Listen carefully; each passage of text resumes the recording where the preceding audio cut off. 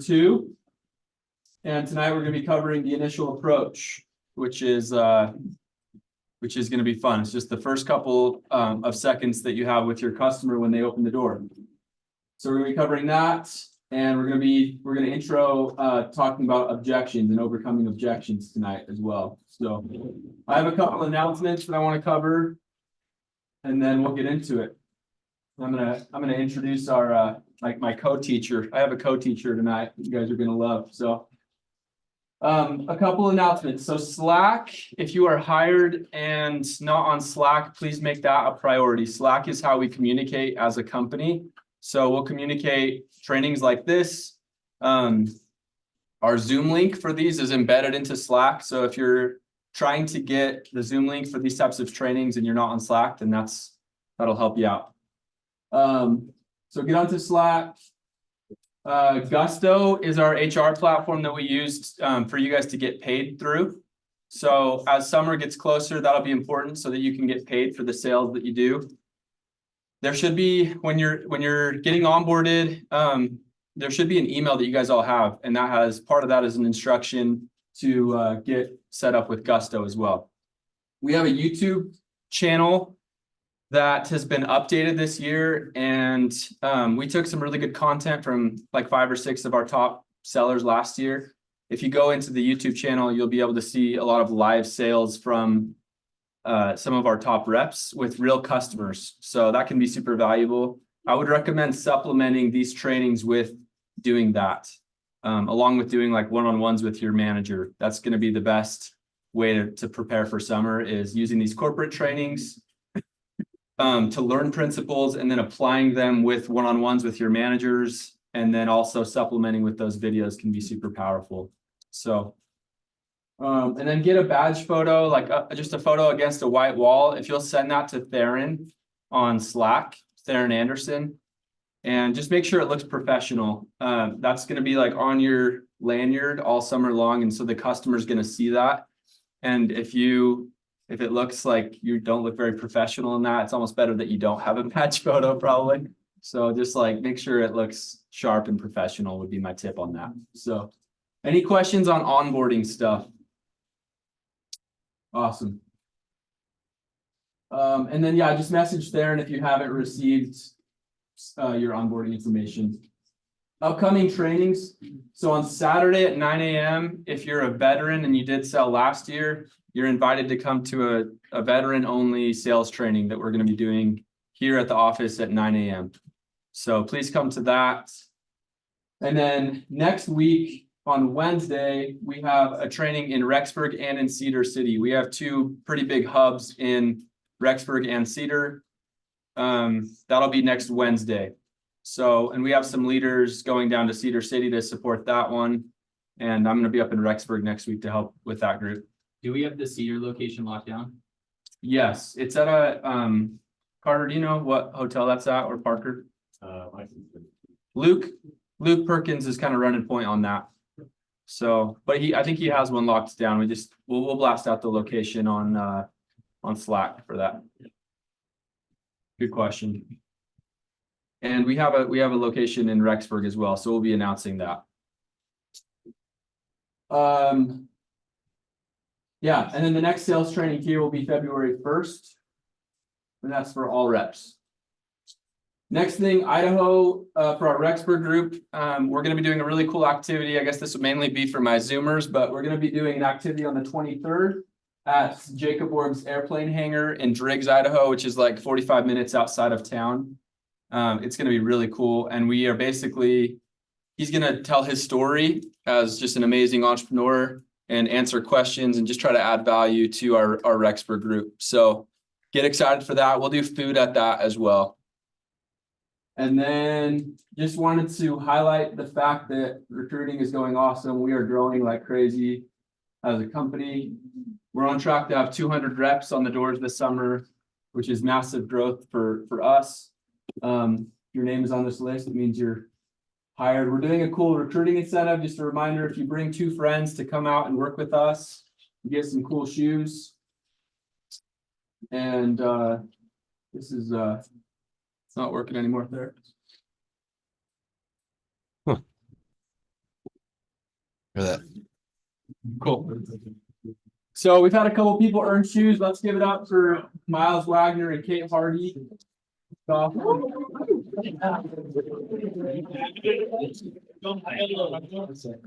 So anyway, this is awesome. We're growing like crazy. Invite friends. This is an amazing opportunity. This job changed my life. Like in college, went from broke to buying real estate while still in school. And there's a lot of people that would say the same. And this is not like an MLM where you're like just trying to rope friends into this thing that like doesn't work. It works if the person getting recruited puts in the work, and it's there's no politics in this thing. Like you get out of it what you put into it. Your inputs equal your outputs. And so the type of person you become translates to the type of money that you can make doing this. And we want sharp people to come and work with us and to help build out our company. So because inputs create your outputs, that's why we're all here, right? Like you're all here to level up and learn and become better. And so that's why we do these trainings. So anyway, I guess before I do the review, I'm gonna have David come up and stand next to me. If you don't know who David is top rep. David holds the record for revenue for our company in a summer. He's sold over 600 accounts, and he's an amazing rep. And so we're gonna team teach tonight. So we're gonna go back and forth, just kind of one slide at a time. And I can do this slide. Okay, so reviewing what we talked about last time. As humans, there are 3 ways that we communicate. Number 1 is, we call it nonverbal communication, which is going to be like body language. That's like a fancy phrase for just like our body language, right? So there are things to do and things not to do when it comes to body language. And we talked about some of those last time, and we'll do a little review on that tonight. But distance away from someone, not standing too close, positioning with your body, eye contact. Like there's just a lot that goes into body language. What is metaverbal communication? Just as a review from last time. Anyone? How you say things. Yep, it's how you say things. So in sales and in just basic communication, a lot of times like the delivery matters, right? And so metaverbal communication is going to be like the volume that you speak with, and and the pitch that you speak with, and the tone. And we talked about this idea of echoing last time, which is where if someone speaks a certain way, it can be to our advantage to kind of match them and get on their level, right? You're going to speak to a grandma differently than you're going to speak to like a bodybuilder. And so that is a big piece of metaverbal communication. And the last piece is verbal, which is the actual words that we say.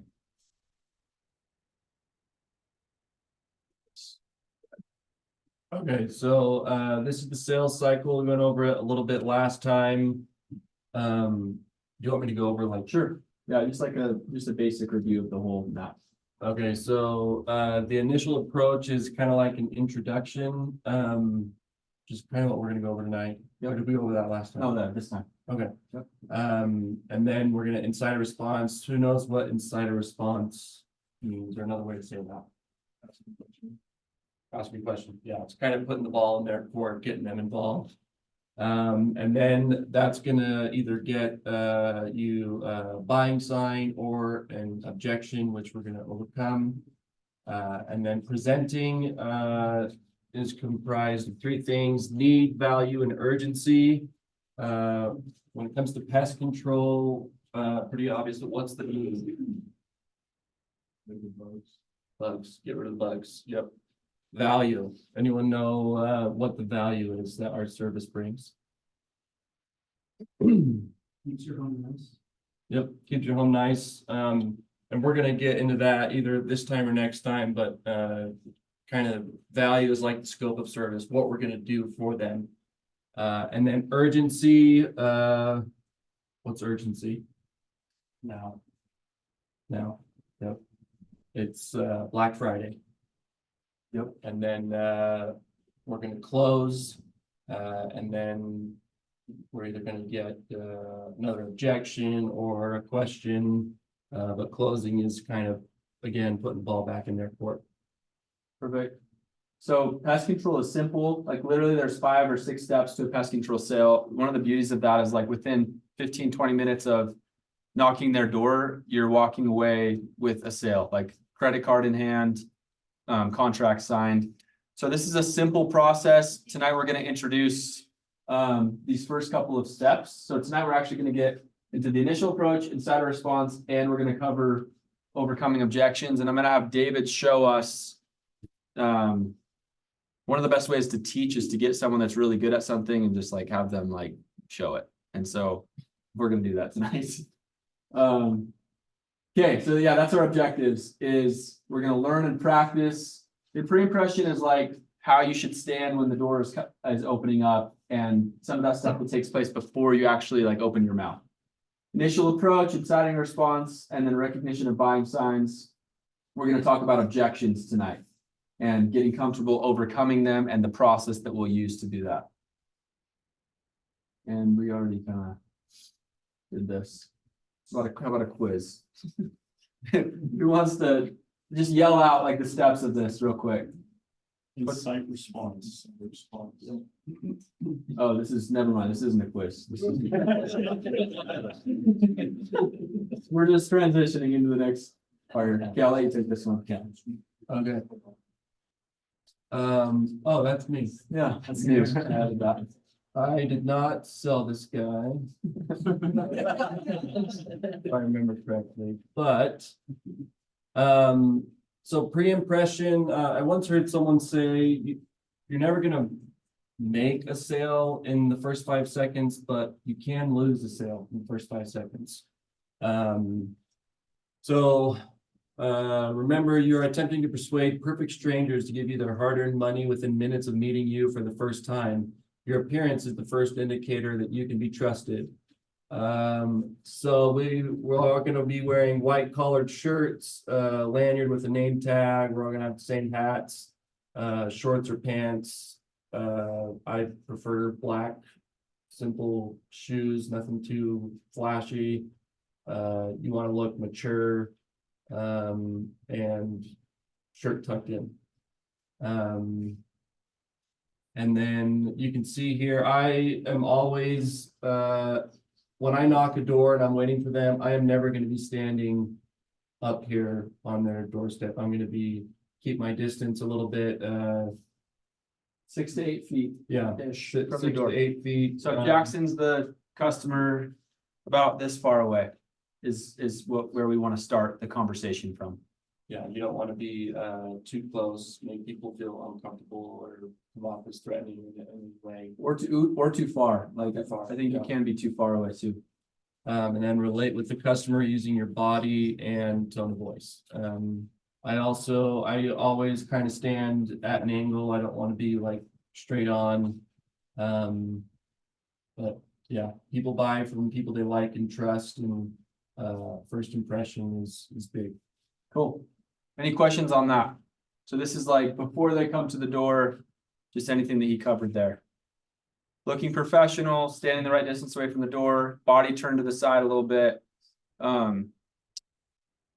Yeah, just like I love that thought of like, you can do things, you're not gonna make the sale before you open your mouth, but you can do something that looks really weird and like ruin the sale.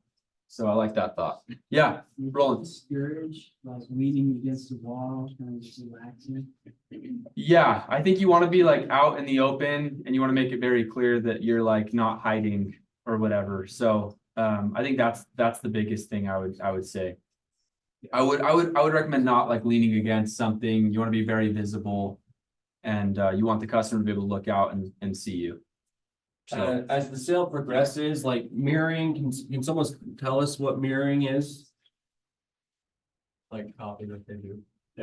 So as the sale progresses, if someone comes out and they're leaning, talking to me, I might lean at that point. But when they first come out, I don't want to be too chill, Bill. yeah, yep, love that. Any other questions on the pre-impression? Okay, we'll keep rolling. So this is the initial approach. So once the door comes open, again, David's standing 6 to 8 feet away, body's positioned this way, customer comes out. Our very first move, like the very first thing that you say or that we do is called the name drop. And the reason why we do that is what is the customer thinking when they see you and they see that you're like a stranger that's at their house? What is the very first thing that they're worried about? Yeah. Yeah, like it's like a fight or flight, right? I'm nervous. I don't know you. Our very first goal as a door-to-door rep is to establish credibility. Like I am credible. I am not here to break into your home. Like, so we start, number one step is we start with something called a name drop. Okay.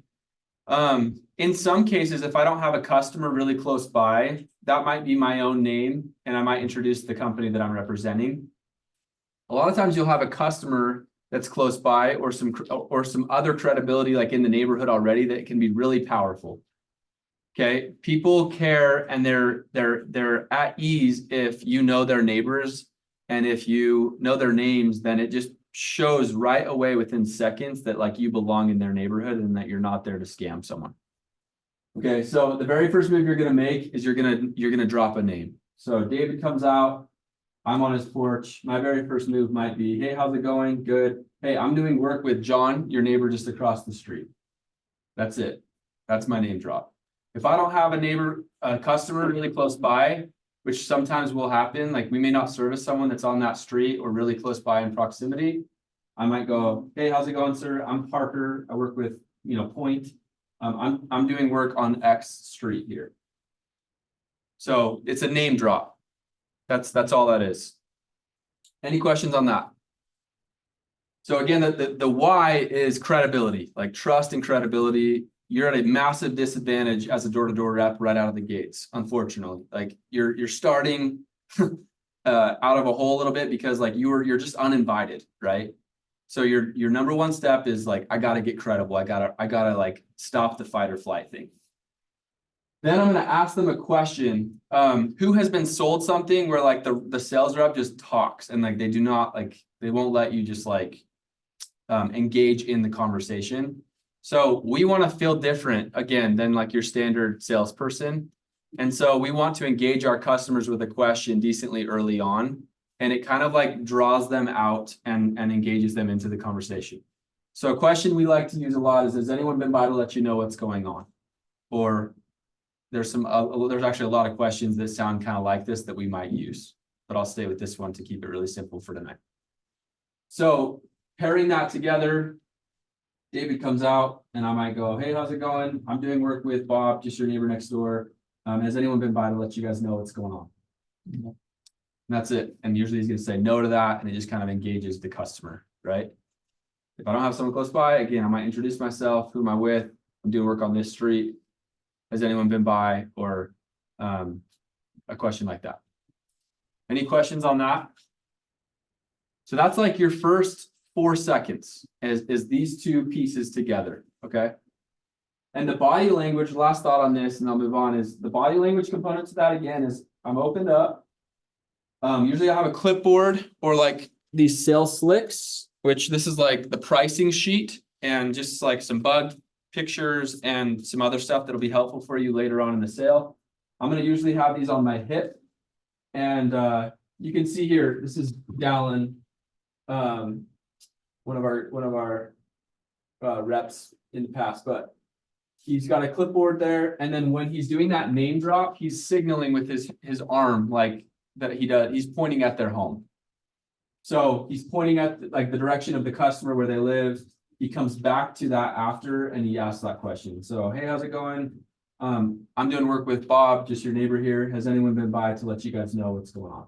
Yeah. And that's it. Okay, so that's that. So that was the initial approach. The next step we're doing is called incite a response.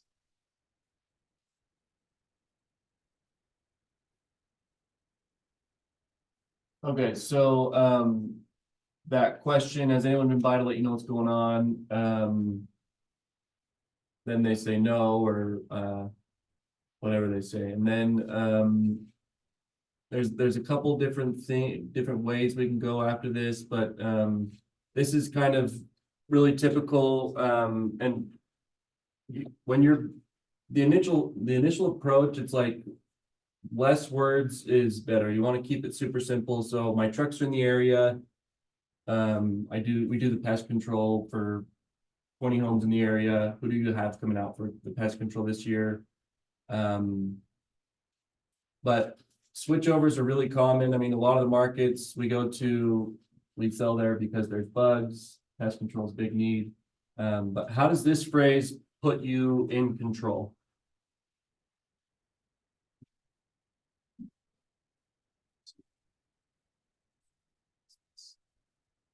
Haven't really thought about it before. You're already recommending them to the service. For sure.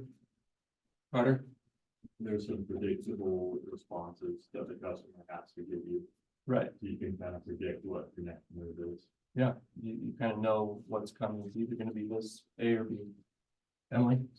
It's like you're already putting in their mind that it's a super normal thing for you to be there for them to have pest control. For sure. You're kind of creating a problem for them right off the bat, like, oh, shoot, I'm behind. They Right. already hit a solution. One more? You're preemptively pulling out an objection. So if they say, no, I already have pest control, cool, we already talked about that. Let's get down to who it is. Good. Situational selling, a flexible approach to selling based on the customer needs and pain points. And we're all gonna get really good at situational selling.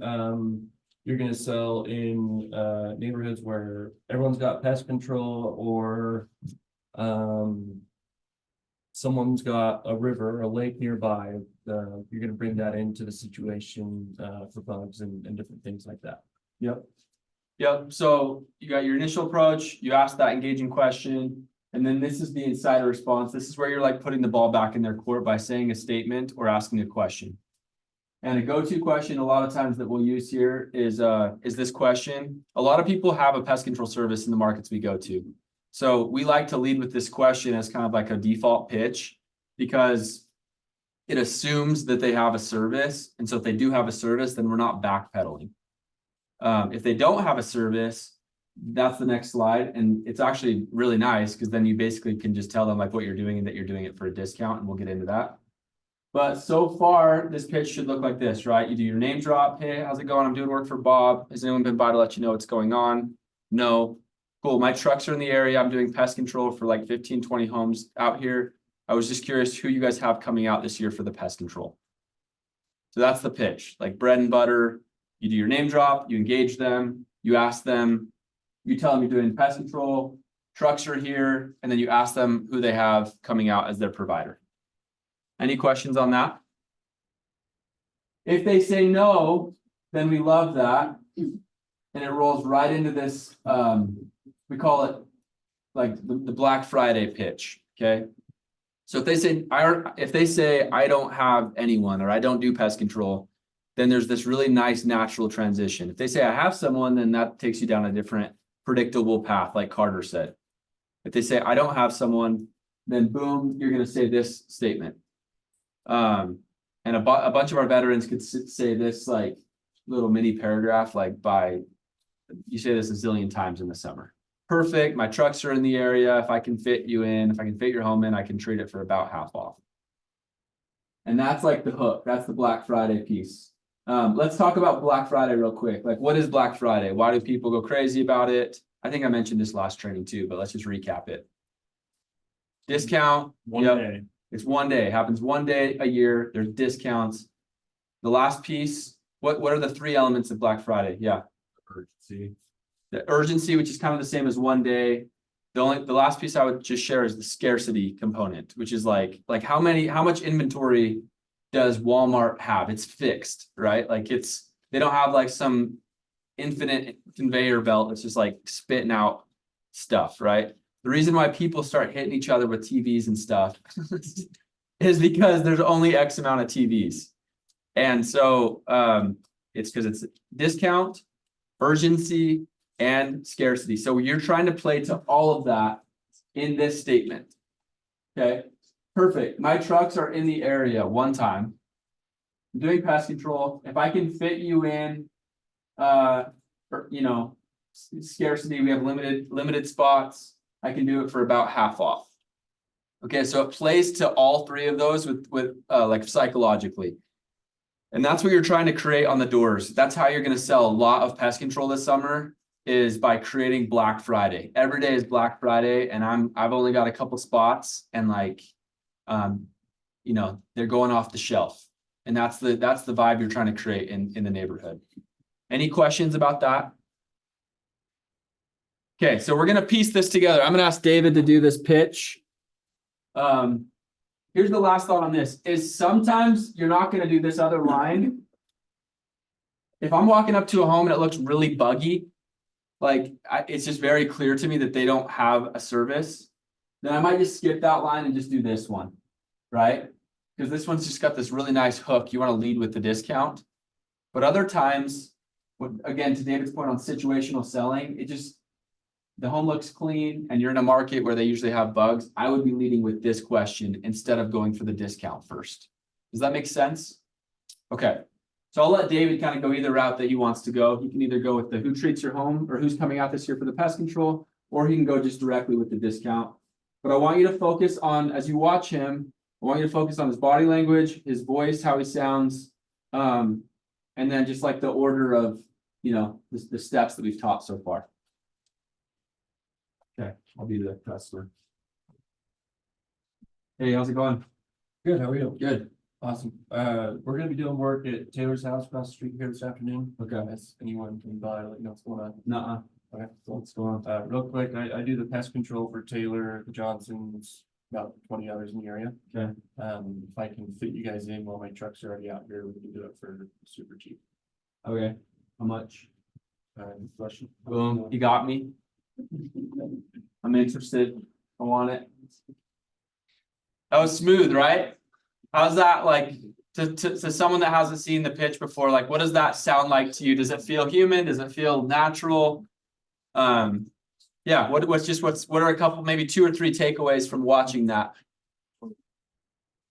Art, Super chill, didn't feel like he was like pressuring him or trying to sell him. love it. Yep. What else? Sam? The delivery was just super natural. It felt like you could be one to the next year. Yeah, I love that. Like, as I watch that, it just feels like a messenger. I feel like he feels like a messenger, not like a salesperson that's like commissiony or like, I don't know. It just doesn't feel like scammy. It feels like a messenger. Seth, do you have something? Yeah, I mean, it just feels good. I don't know, he's trying to help. Yeah. I like it. Yeah, that's like the vibe we want to give off, is like, I'm out here working and I'm like here to let you know something, instead of like I'm getting something and you're losing something by signing up today or something, right? So, okay, love that. Any other thoughts? Yeah, Megan. Wasn't like fake. Like, he didn't come up with like, hey, like, how are you? Like, Yeah, just chill. yeah. Sometimes you'll be tempted. I mean, there are ways you can break the ice, like mention a dog. A lot of times, like if they have a dog that runs up, I'll like do a little icebreaker. So it might look, you know, like, oh, is this the guard dog, or like, you know, something like that. But then you just get into like why you're there. You don't want to come off like you have some agenda and like saying something really early on. But I love that. Like, I'm just kind of like a down to work person. I'm out here doing my job, and like that's why I came by. They're gonna have this voice in their head again, like, you're scary. And again, that first name drop, like it kind of like helps diffuse that. And so it's good to get into that relatively quick in the interaction, in my opinion. So And I mean, like I said, people buy from people they like and trust. And I mean, that pitch right there, like, it's been a few months since I did that, since I pitched. So there's like rest, but at the same time, it's like that simple. And for some people, like personality wise, we're all gonna figure this out during the summer, but like some people try a lot harder to get people to like them. My style is I'm not like trying to be their friend or buddy or crack jokes. I'm just trying to get people to trust me. But like your style might be getting people like you a little bit more, be a little more jokes or icebreakers or whatnot. But again, like the simpler, the fewer words that. Okay, I'm gonna show one more and I'm gonna show it with that other phrase first. So I'm gonna say I'm in a neighborhood that feels pretty competitive and most people have a service that I've been talking to. And so I'm gonna lead with the other one and see what happens from there, okay? For this training case, let's say you don't have a service and then I can roll into the discount pitch from this one.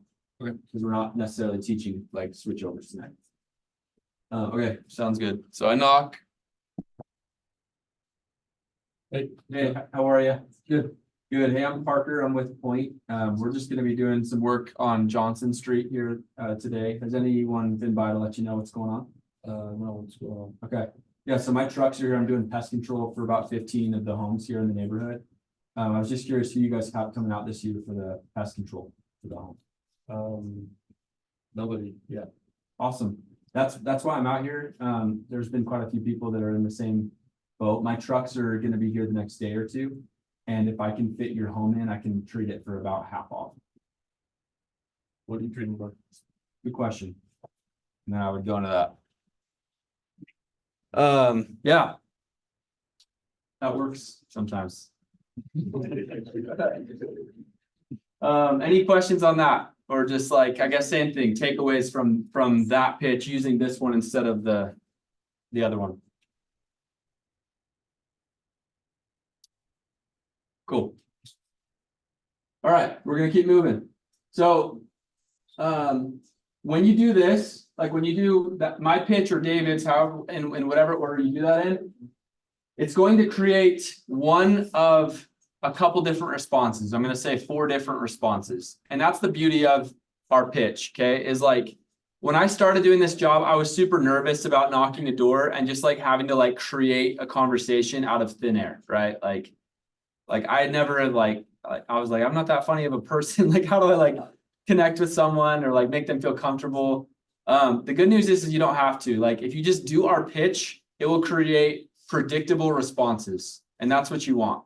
Like, you want like almost like a flow chart, right? Like, I say this, if I say this, they can only say this or this. And so we create these, like, we call them predictable responses throughout the sales process, okay? So when you do your name drop and then you ask the question and then you do the insider response, the conversation has to go one of these 4 ways. The customer can say, how much is it? Which we love. Raise your hand if you were a veteran last year, or if you sold last year, and if you love hearing how much. Boom. How much is like your mind's just like, oh baby, I'm about to make some money, let's go. What are you treating for is also a buying sign. That's also like good news. It means like they haven't said no yet and they're interested and they're open-minded, or they have curiosity. They're like curious, right? So what are you treating for? What are you helping people with? That, something like that. Next one, I have a company. Probably 50 to 70% of people that you knock will have a service. So selling switchovers is very common. It's something you need to learn, and we're going to teach you how to do that in a separate training.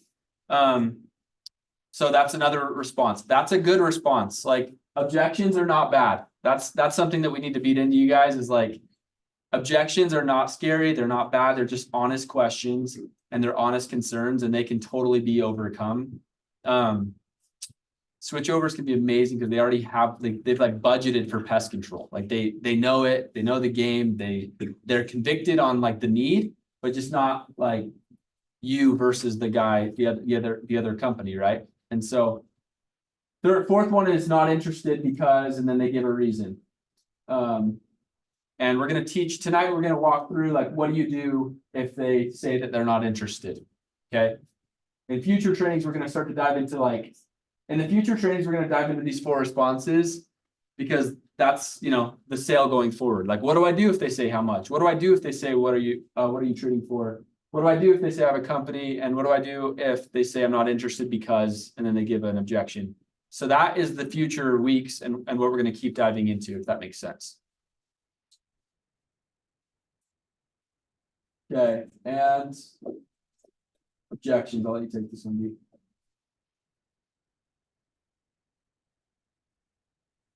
Okay, overcoming objections, there's 3 steps: empathize, tailored response, close. Anyone know or want to guess what empathizing means? Understand? Yep.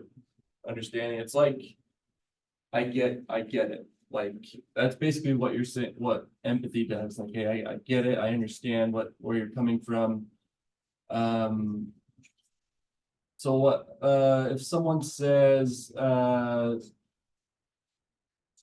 don't have bugs, or I don't see bugs, a veteran, what's a good empathy statement for that? Someone that's sold before. No worries. No worries. No worries is like, you can say that for anything. No worries, just so you know. Tailored response, what's a good tailored response to say after that for the no bugs objection? A lot of the neighbors don't see the too much. Yeah, perfect. No one's really having any major issues. And then close is like moving the sale forward. So like, no one's really having any issues, but like I said, since we're doing it for super cheap, we're already here, everyone's getting it done, it kind of makes a lot of sense right now. Love it. Another thing that I call tailored response is just logic. So if David's the customer, I'm the sales rep, and he gives me an objection. The tailored response is like my logic to try to change his mind. Does that make sense? So you can empathize and they'll feel more comfortable with you, like, oh yeah, totally, I hear you on that. I'm in the same, like I felt that or whatever. That's empathy. But if you don't give them good logic, like you're just like making friends, and like friends are awesome. But like we're not here to just make friends, okay? We're here to take over, like we're here to make some money. So so the tailored response is the logic, and then like you said, the close is just to it's a question a lot of times, or a statement that like pushes them beyond that. So we're gonna give you an example of this. And these are 3 steps. This is that same exact objection actually that David was using as an example, is no bugs. Let's say that someone says that they're not seeing any bugs. So this is how this might sound. Jackson, you want to read this? Yeah, Maybe kind of read it like you'd be like you're like the rep, like say it like you're the rep. yeah, no problem. A lot of the neighbors aren't seeing too many pests right now either. Just so you know. And then you want me to keep Yeah, going? keep going. Yeah, a lot of your neighbors have been doing a preventative treatment since we're doing it for so cheap right now. When is the last time you've had the home treated? Money. That was great. Okay, so how does that, like, I guess to someone that hasn't heard this before, like, how does that feel to you? Does it feel argumentative? Does it feel awkward? Yeah, like what's just your initial response to this process? If you were a customer and you said, I don't have bugs, and then someone said that to you, would you feel like that was rude, pushy? What would be the vibe? Considerable? Cool, I like that. Yeah, Cooper. I'd say it seems like it's coming off pretty nonchalant, like just like, it's up to you, make it seem like it's their choice to whether or not, but then like realistically, it's Yeah, leaving it up to them. sure. But- Yeah, so yeah, it's not forceful. I like that. What else? Anything else? So this is selling. Like selling is taking a concern that a customer has, it's empathizing with it, it's giving them logic that might change their mind, and then it's like pushing the conversation forward. And our best reps in our company, David and a bunch of our top reps that have done this, they're just stinking good at like taking a concern a customer has and then doing these 3 steps over and over again and trying to like really see if they're really not interested, or if they're just like they have honest concerns that just need to be worked through. Does that make sense? Any questions on that? I have a question. What do you guys think what happens when you don't empathize? Lose credibility. Well, like then they feel for sure they're being just like straight up sold, not listened to. Right. I remember like they're being like bulldozed, Yeah, even though like I can remember a specific time last summer where I forgot to empathize. Like this lady answered the door and she caught me off guard because she just said, you need to leave. And I did not empathize. I pretty much just ignored her and kept going and it did not go over well. Like she lost it. So, and I walked away and I was like, wow, I really missed the empathy there. So like it's pretty easy to tell, like if you're like making a lot of people mad or coming off confrontational, it's empathy that you're missing. And it's pretty obvious. You'll be able to see and tell when you're missing some empathy. Love that. I'll ask the same question about like these other two steps, like just so we can like better understand this. What does it feel like if someone misses the tailored response? Like what if someone empathizes and then just peppers them with another question? What does that feel or sound like? Yeah. This sounds like they're just repeating themselves over. Yeah. Yeah, you're not like I think of the tailored response as like the vehicle that like moves the thing forward. Otherwise, it's like, oh yeah, I hear you on that. And then just like asking a question instead of giving them logic, like you're just spinning your wheels, right? You're not going to get anywhere. Yeah. Any other thoughts on that? Yeah. This is your opportunity to change their mind. They might be Yes. set on something or confused about something, and if you don't go through that logic process, then you're not going to be able to change their mind about what they're confused about or objecting to. Yes, I love that. Yeah, like the tailored response is what moves them from their position that they're currently in to the one you're trying to get them to.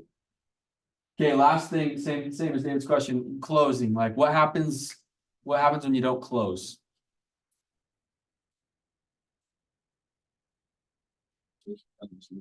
Yeah, it's actually kind of awkward. And like every time, basically the customer will just object again.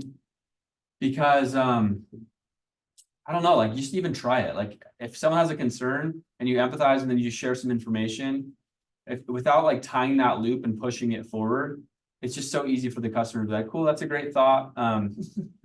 You're like, yeah, I'm still where I'm at though. You know, like yeah, like it's just like it's impossible to like have a good outcome without a close, in my opinion.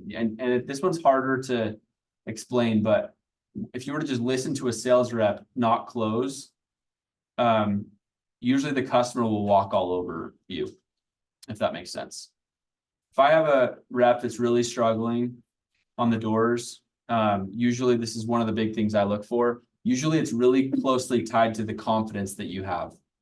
Usually if you're low confidence, which is like a whole nother training that I could do, but low confidence usually means that you're like not engaging the customer again after you share something with them. So anyway, just keep that piece in mind. But it's such an important thing to push the conversation forward. Yeah. Okay. So this is what we're gonna do.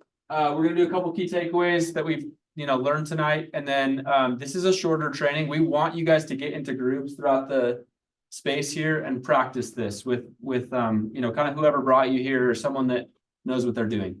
So that's the goal tonight, is we want you to practice, and I'll put this slide back up so you can take a picture of this. Everything you need is on this slide. So I want you to practice this. You're gonna look dumb. Like you will make mistakes. You will say it out of order. You will not know what you're doing. That's all part of the game. Like it is best to make mistakes here where it costs you nothing. Like it literally costs $0 to make a mistake in this office right now. But if you get out in the doors your first day and you sound like a dummy, it is costing you money because you're missing sales, right? So that's part of this thing, is like to get good, you need to surround yourself with people that know the pitch and learn it. Anyway, before we do that, key takeaways from tonight. Just maybe new things that you learned, or things that you're excited to go and try, or anything that you take away from tonight. Sales cycle. All five written down. Good, yeah. So just the process, like getting familiar with the process of the sale. Yeah, love that. Adam. Make sure to empathize. Empathy. Yeah, that's huge. What else? Okay, yeah, it's always good not to be awkward. Anything else? Yeah. Just making the customer feel comfortable, being able to trust you. Yep. throughout the entire conversation. Yep, sales is like, honestly, a lot of it is about, making the customer feel comfortable as early as you can. And there's a lot of things that we taught tonight with body language, how you speak, and then also just like the approach itself that will make the customer feel very comfortable. Anything else? Yeah. ABC, always be pleasant. Yep. Yep, if you don't ask a question at the end or push it forward, then it will be awkward. So. Okay, we're gonna get into groups and practice this. If you're on Zoom and you're alone, like. Again, I'm gonna put this slide on. And I would say. Put some practice in, just start to do this in your head, do it out loud. So we'll get into groups right now. Hit some practice for 10-15 minutes and then that's it for the night. So thank you guys for coming.